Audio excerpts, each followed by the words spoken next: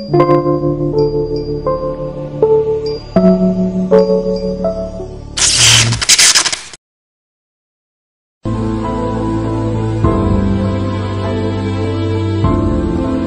بات ڈاکٹر صاحب کی نے جو یہ کہی کہ میں شیعہ ہوں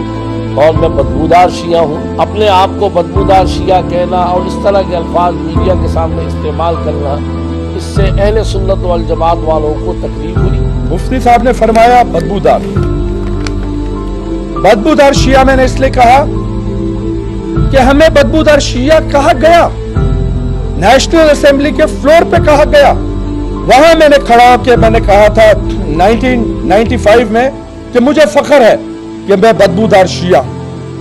تو ہمیں کہا گیا، اس لیے میں نے اپنے کو بدبودار، الحمدللہ میں اپنے کو بہتوں سے زیادہ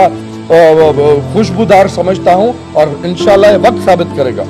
ساتھ میں انہوں نے یہ بھی کہا کہ میری والدہ بھی سنی ہے، میری اہلیہ کے خاندان والے بھی سنی ہے، امید یہ کہ انشاءاللہ ڈاکٹر صاحب بھی سنی ہو جائیں گے۔ مفتی صاحب نے ایک تو شیعہ سنی کی بات کی کہ میں شیعہ کی بات کرتا ہوں، اور مفتی صاحب نے یہ فرمایا کہ کچھ ٹائم کے بعد ہم دیکھیں گے یہ بھی سنی بن جائیں گے، تو میرا آدھا خاندان سنی ہے،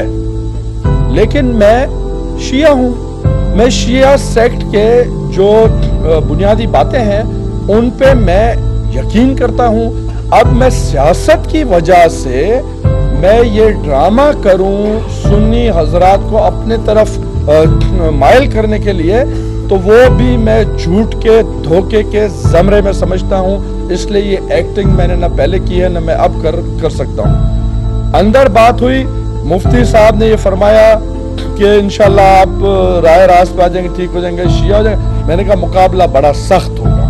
میں کوشش کروں گا آپ کو شیعہ کرنے کی، آپ کوشش کریں گے مجھے سنی کرنے کے، یہ وقت بتائے گا کہ آپ شیعہ ہوتے ہیں یا میں سنی ہوتا ہوں۔ یہ بات یہاں پہ ختم ہوئی اور اب ہو جانی چاہیے۔ وہ یہ کی تھی کہ ڈاکٹر صاحب نے کہا میں خمینی انقلاب لانا چاہتے ہیں،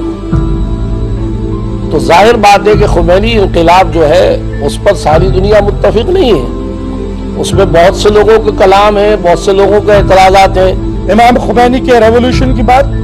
ریسنٹ مسلم ہسٹری میں جو ریولوشنز آئے اس میں کامیاب ریولوشن لوگوں کی توقع پہ چلتے ہوئے، لوگوں کی جنرل پبلک، میجورٹی پبلک کی بہتری کے لیے اور ان کے بینیفٹ میں جو ریولوشن کامیاب ہوئے ہیں وہ امام خمینی کا تھا۔ اس لیے میں نے کہا کہ اس ٹائپ کا ریولوشن ہمیں چاہیے، اگر اس سے بہتر مثال ابھی کے میری زندگی کے ٹائم کی ہو تو میں وہ نام لینے کے لیے تیار ہوں۔